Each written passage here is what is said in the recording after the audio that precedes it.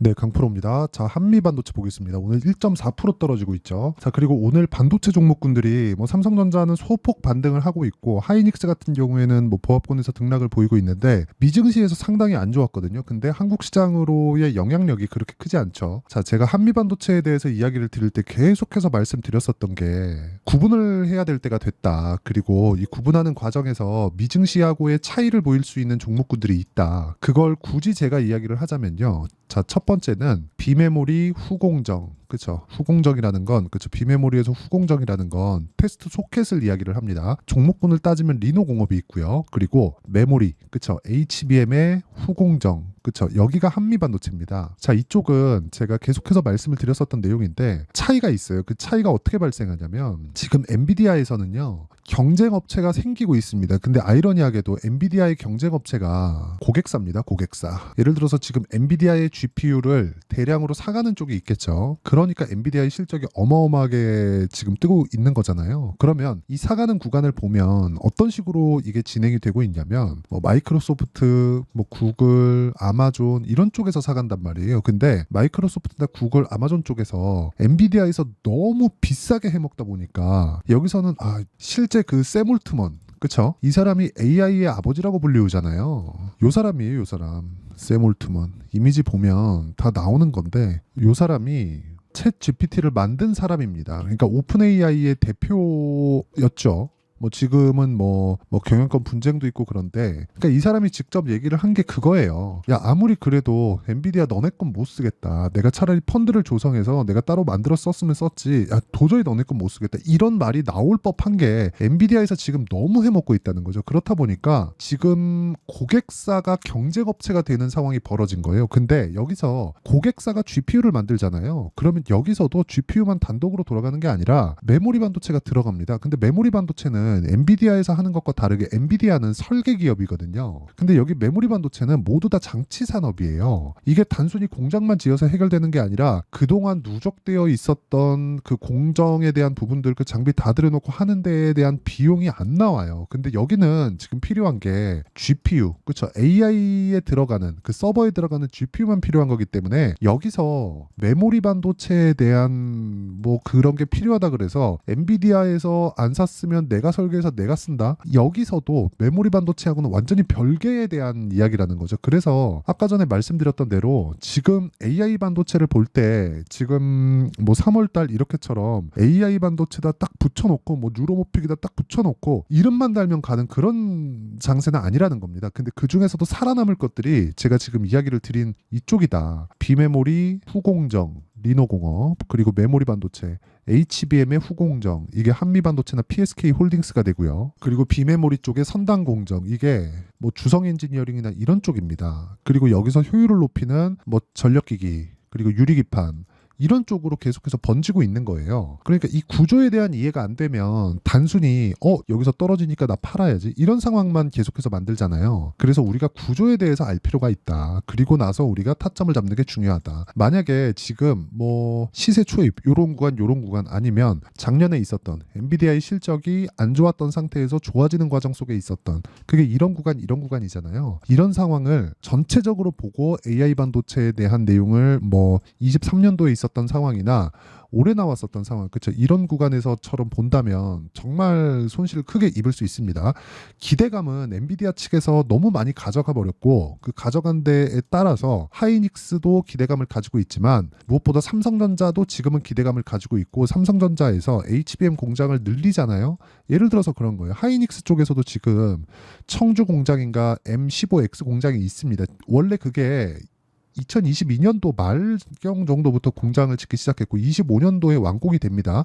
여기가 원래 HBM 공장이 아니었어요. 그런데 여기가 지금 HBM 공장으로 상당 부분 바꾸는 작업을 하고 있습니다. 실제로 이쪽에 대한 수요가 그렇게 없다가 지금은 늘어났기 때문에 그래요. 그러면 여기서 우리가 뒤집어서 생각을 해봅시다. 한미 반도체가 아니라 하이닉스나 삼성전자를 봤을 때 우리가 봐야 되는 내용이 뭐가 될까요? 자, 하이닉스 같은 경우에는 올해 생산할 수 있는 최대 물량을 다 뽑아서 이미 다 납품 계약이 되어 있습니다. 그리고 완판이 됐어요. 여기서는 추가적으로 생산 능력을 늘릴 수가 없습니다. 그런데 삼성전자 같은 경우에 지금 납품을 하고는 있지만 그 물량 자체가 그렇게 크지 않죠. 그리고 생산 능력을 보더라도요. 삼성전자가 하이닉스에 대한 생산 능력보다 훨씬 더 큽니다. 거의 한 3배 정도 차이가 나요. 마이크론하고는 거의 한 6배에서 7배 정도 차이가 나고, 그렇다 보니까 삼성전자 쪽에서 지금 퀄 테스트에 통과를 했고 올해는 없습니다. 근데 내년 25년도가 되면 HBM에 대한 부분이 납품이 되죠. 이런 부분이 상승에 대한 여력 기준에서 봤을 때는 삼성전자의 그쪽의 상승 여력이 훨씬 더 클 수밖에 없다. 그리고 삼성전자에서도 늘려가고 하이닉스에서도 늘려가는 부분이 있기 때문에 지금까지 보면 한미반도체 장비가 들어가겠죠. HBM 공장에는. 그러면 한미반도체 그 TC 본딩 장비가 들어갈 때 하이닉스 쪽에도 들어간 것에 대한 기대감을 한미반도체가 가지고 있었다면 이제는 삼성전자 공장으로 들어가는 기대감을 가지고 있고, 텍사스 공장, 그리고 지금 거의 완공 단계에 있는 평택 공장, 그렇죠?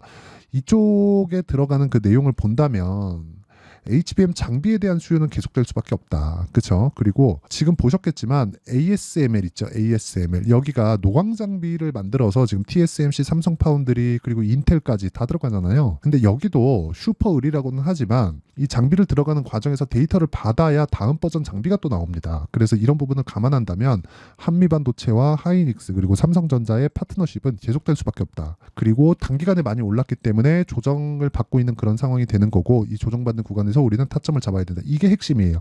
그래서 지금 FOMC도 끝났고 금리에 대한 부분도 인하를 안 해서 뭐 앞으로도 인하할 수 있는 계획이 없어서 이런 것에 대한 기대감까지 다 녹아 있는 게 지금 시장이기 때문에 지금 구간에서 우리가 타점을 잡는 거 말고는 중요한 내용은 없다. 그렇죠? 그리고 딱 그 아까 전에 제가 말씀드렸죠. 비메모리 선단 공정, 그리고 메모리 후 공정, 그리고 비메모리 후 공정, 그렇죠? 리노공업, 주성 엔지니어링 뭐 이런 쪽의 종목들인데 여기를 포함해서 더 나아가서 우리가 봐야 될 게 뭐라 그랬죠? 파생되어 있는 종목들, 효율을 높일 수 있는 뭐 그런 내용들, 유리기판이나 그런 쪽들, 이런 쪽은 아직까지도 모멘텀이 남아있다. 아직까지 시세가 다 나온 게 아닙니다. 예를 들어서 뭐 이오테크닉스, 뭐 JNTC, 그리고 거기서 조금 더 나아가면 뭐 풍산이나 이런 쪽까지 보더라도 지금 아주 상당히 괜찮은 구간에 있는 종목군들이 있습니다. 그 중에 하나가 한미반도체라고 보시면 되고, 한미반도체가 그동안 시장을 이끌었기 때문에 제가 한미반도체를 통해서 이야기를 계속해서 드리는 겁니다. 한미반도체가 나쁘다는 게 아니라 우리가 꾸준히 매매를 해야 되는 그런 구간에서 봐야 되는 내용은 정말 한 가지밖에 없고, 그 한 가지에 대한 내용은 타점을 잡는 거다. 근데 이 타점을 잡더라도 아무 종목이나 잡는 게 아니라 올라가는 구간을 확인하고 잡자. 그게 핵심 내용입니다. 자, 그러면 그 내용에 맞춰서 우리가 매매를 했을 때 어느 정도의 매매가 가능한지 그 내용부터 확인해 보면 내용을 너무 어렵게 보지 않으셨으면 좋겠고요. 무조건 우리가 싸게 살라는 노력 자체를 하지 않았을 때 꾸준하게 수익을 볼 수 있는 그런 상황을 만들 수 있고요. 그런 결과 HLB 같은 경우에 올라가는 구간에서 매수하고 계속해서 수익을 볼 수 있는 그런 상황을 만들어낸다. 그렇죠? 이런 것들이 일회성으로 끝나는 게 아니라 유지 가능할 수 있는 상황을 만들려면 우리는 확인하고 매매를 하는 수밖에 없습니다. 나 단타 되게 잘해. 그런 사람들 보잖아요. 모두 다 확인하고 매매를 합니다. 하지만 수익의 폭은 다르죠. 단타는 이 재능의 영역입니다. 그래서 이거는 한 번, 두 번 딱 해보잖아요. 그럼 내가 할 수 있는지 없는지 딱 알아요. 아무리 누가 옆에서 알려준다 그래도 그게 될 수 있는 게 아닙니다. 예를 들어서 그런 거예요. 뭐 지금 보면 뭐 풍산이나 그런 종목들 보잖아요. 올라가는 구간에서 계속해서 시세가 나오잖아요. 그렇죠? 오늘 제가 이 풍산 관련돼서도 뭐 개별적으로 제가 이야기를 드린 부분이 있지만 뭐 저는 매매를 못했습니다. 근데 이런 부분에서 계속 시세가 나오는 것도 뭐 구리에 대한 가격대가 높아져서, 근데 구리에 대한 것도 여러 가지 이유들이 있겠지만 가장 핵심적인 내용은 그거예요. 아니라고 보시는 분들이 더 많을 겁니다. 근데 정확하게 보세요. 구리 가격에 대한 강세가 나오고 있는 게 어차피 열을 잡아야 되는 게 지금 거의 뭐 필수 과제에 들어왔습니다. 열을 잡아야 뭘 하죠. 근데 구리는 열 전도가 높은 물질이에요. 그러니까 구리 가격이 비싸질 수밖에 없죠. 이거 말고도 다른 문제들이 있죠. 인플레이션이나 그런 문제들이 있는데 이것보다 더 중요한 게 우리가 지금 이것조차도 AI 반도체에 파생된 종목으로 볼 수 있다. 이거 말고도 다른 거를 보더라도 마찬가지. 뭐 DI나 그런 종목들 다 보잖아요. 그러면 올라가는 구간에서 전부 다 시세가 나옵니다. 그리고 먼저 올라가면 뒤에 따르는 조정이 있는 것은 너무 당연하다. 그리고 한미 반도체도 거기서 벗어나지 않는다. 그렇죠? 자, 그래서 이런 내용들을 제가 여기 소통방에서 모두 공유하고 있고요. 뭐 4월 30일 날 젠백스 링크 그리고 캠트로닉스 이런 종목군들 전부 다 제가 그쵸? 장 시작 전에 공유를 해드리고 있고요. 캠트로닉스 같은 경우에 오늘 시장이 별로 안 좋았는데도 불구하고 그쵸? 오늘도 한 6% 정도의 시세 구간에 있고 제가 계속해서 신고가 구간에 매매를 이어가고 있다. 그래서 매매하는 과정에서 내가 종목을 어떻게 잡아야 될지 가격을 어떻게 잡아야 될지 잘 모르겠다 하시는 분들은 소통방에 들어오시면 되고요. 소통방은 구독과 좋아요 눌러주시고요. 상단에 있는 전화번호로 구독 또는 10억이라고 문자 보내주시면 제가 소통방 입장 링크를 순차적으로 공유를 해드리도록 하겠습니다. 자, 그러면 이 내용에 맞춰서 우리가 어떻게 봐야 될까요? 무조건 가격을 먼저 보는 게 맞다. 그러면 제가 아까 전에 말씀드렸었던 이렇게 타점을 잡는 그쵸? 소통방에 대한 내용도 있지만 여기서 한미반도체에 대한 부분을 어떤 타점을 잡아야 될지 그 내용 그쵸? 자, 첫 번째 22평을 이탈을 했습니다. 다시 올라가기 위해서는 충분한 수급이 들어와야 돼요. 그러려면 미증시가 좋아져야겠죠. 근데 미증시가 좋아지는 부분이 관련돼 있는 뭐 엔비디아가 폭등해야 됩니다. 반도체 많이 올랐는데 오를 수 있을까요? 이것에 대한 부분보다요. 미증시가 지금 어느 정도 위치에 있느냐. 아까 전에 제가 말씀드렸죠. 유일하게 AI 반도체 쪽에서 지금 살아남을 몇 가지 종목군들. 그렇죠. 섹터별로 나눴을 때 비메모리 후공정, 메모리 후공정 이렇게 제가 이야기를 드렸습니다. 근데 이 구간 내에서 우리가 이 구간 안에서 놀아야 된다는 거고 이 구간 안에서 가격대를 지키는 최소한의 기간 조정. 그렇죠. 이 최소한의 기간 조정을 버틴 이후의 상황이기 때문에 이 실시간 타점이 필요하다는 거고 이 실시간 타점에 대한 부분을 여기 제가 소통방에서 다 공개를 하고 있고요. 여기는 아까 전에 말씀드렸던 대로 상단에 있는 전화번호로 구독이나 10억이라고 문자 보내주시면 되고요. 이렇게 가격을 잡는 원리에 대해서는 자, 여기 한미반도체의 가격과 단기 보유 전략 그리고 한미반도체의 실시간 타점을 제가 문자로 공유를 해드리도록 할 테니까 구독과 좋아요 눌러주시고요. 상단에 있는 전화번호로 한미, 자 한미라고 문자 보내주시는 분들의 한해서만 제가 한미반도체의 실시간 타점 그리고 가격과 단기 보유 전략을 문자로 공유를 해드리도록 하겠습니다. 자, 내용 정리하면 그래요. 한미반도체가 지금 조정을 받고 있는 것은 맞다. 그리고 미증시에서 반도체가 어느 정도 조금 위험해 보이고 있는 좀 그런 상황이 나오고 있는 것은 맞습니다. 그리고 5월 20일이 지나서 나오는 엔비디아의 실적이나 이런 부분에 대한 내리면 자꾸 그런 조금 걱정스러운 문제들이 생기잖아요. 그래서 그런 부분들을 감안하면 우리가 봐야 되는 내용은 한 가지밖에 없어요. 철저하게 가격 위주로 하고 그 가격 위주로 하되 우리가 강세 종목군을 하자. 근데 그 강세 종목군들에서도 강세 종목군 내에서 분류하는 겁니다. 모멘텀을 먼저 보고 하는 게 아니라 그래서 강세 종목군에 있는 한미 반도체를 기준해서 반도체 종목군을 봤을 때 유일하게 강하게 남을 수 있는 몇 가지 종목군들. 하지만 이것조차도 가격이 먼저 반영하기 때문에 우리가 전체적인 내용에 대한 이해를 먼저 하자. 이게 핵심 내용이에요. 그렇죠? 자, 그래서 어떤 식으로 이 종목 분류를 했을 때 그렇죠? 이 분류를 어떻게 할지 그리고 타점을 어떻게 잡을지 그리고 가격에 대한 이해가 되었을 때 어느 정도 성과가 나올 수 있는지 그 내용에 대한 부분을 제가 다 이해를 시켜드리도록 할 테니까 영상 끝까지 시청하시고요. 모든 분들이 성공 투자하셨으면 참 좋겠습니다. 자, 24년도가 돼도 여전히 시장은 녹록지 못합니다. 이런 상황이 벌어지는 건 어쩔 수 없습니다. 이런 상황에서도 수익이 나는 종목들의 구조는 변하지 않습니다. 즉 대시세 종목에 대한 구조는 변하지 않는다는 거고 실제 제가 소통방에서 지속적으로 이야기를 드리고 있는 내용도 대시세 종목이나 시장 주도주를 공략하는 건 철저하게 가격 분석을 하라고 이야기를 드리고 가격 분석 이후에는 이슈에 대한 파악 그리고 이슈를 파악하고 나서는 다시 내가 얼마에 매수할지 그 타점에 대한 부분을 지속적으로 언급을 하고 있습니다. 자, 근데 생각해 보세요. 1월 달에 시장이 굉장히 어려웠습니다. 어려운 상황에서의 어떤 종목들이 강했냐 보면 반도체와 그리고 바이오입니다. 자, 실제 여기 보면요.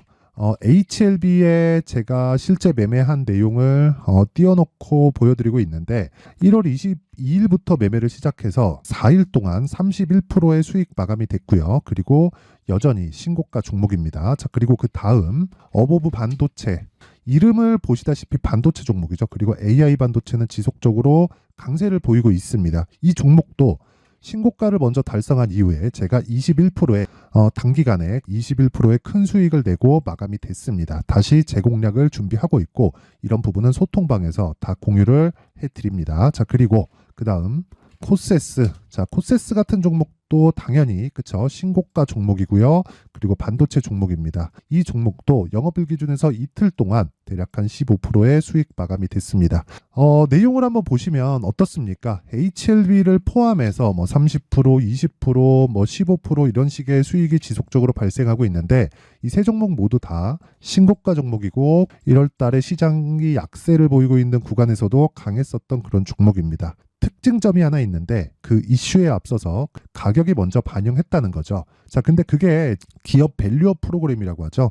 그 종목들도 마찬가지입니다. 오늘은 그 부분에 대해서 이야기를 드릴 텐데 그렇게 제가 가격을 먼저 보고 이슈에 대해서 파악하는 이유는 결과적으로는 큰 시세를 먹기 위한 사전 준비 작업입니다. 실제로 큰 시세를 먹기 위해서 사전 준비 작업을 했을 때 여기 레인보우 로보틱스 127% 그리고 ISC 98% 그리고 한미반도체 97%의 큰 수익을 내는 상황을 만들 수 있습니다. 어떤 식으로 소통방에서 진행됐는지 그쵸? 그 상황을 제가 이야기를 드린 건데 이런 상황도요 당연히 신고가를 공략했을 때 가능한 겁니다. 자, 그러면 이번에도 마찬가지입니다. 그쵸? 정부 주도의 코리아 디스카운트 해소 방안이 2월 달에 발표를 하고요. 그리고 2월 달에 발표된 내용을 토대로 주가가 움직이는 게 아니라 이미 움직인 내용이 있죠. 실제 이 내용은 크게 중요한 게 아니라는 겁니다.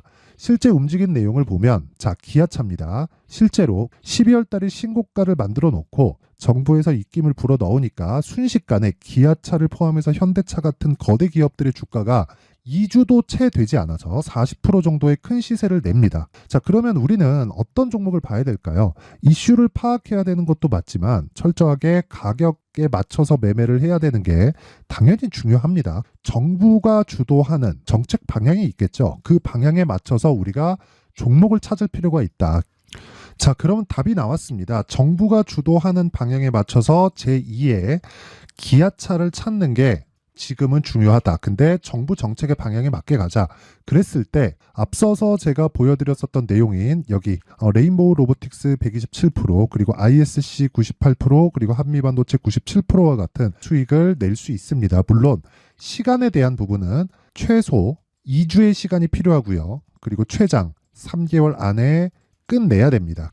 자, 기아차의 시세를 보셨던 것과 같이 2월 달에 정부 정책의 방향이 결정되고요. 바로 3월 달이면 시행입니다. 자, 그러면 우리는 거기에 맞춰서 당연히 종목을 찾아야 되고 제가 제2의 기아차를 찾아놨습니다. 제가 아까 전에 소통방에서 이야기를 드렸었던 내용 다 공개를 해드렸는데 그 내용처럼 종목만 받고 싶다 하시는 분들은요. 상단에 있는 제 전화번호로 대시세 자, 대시세라고 문자를 보내주시면 정부 정책의 방향에 맞는 종목을 모든 분들에게 무료로 공개를 해드리도록 하겠습니다. 자, 제가 원하는 건 채널 성장이 목적입니다. 자, 그래서 구독과 좋아요 꼭 좀 부탁드리고요.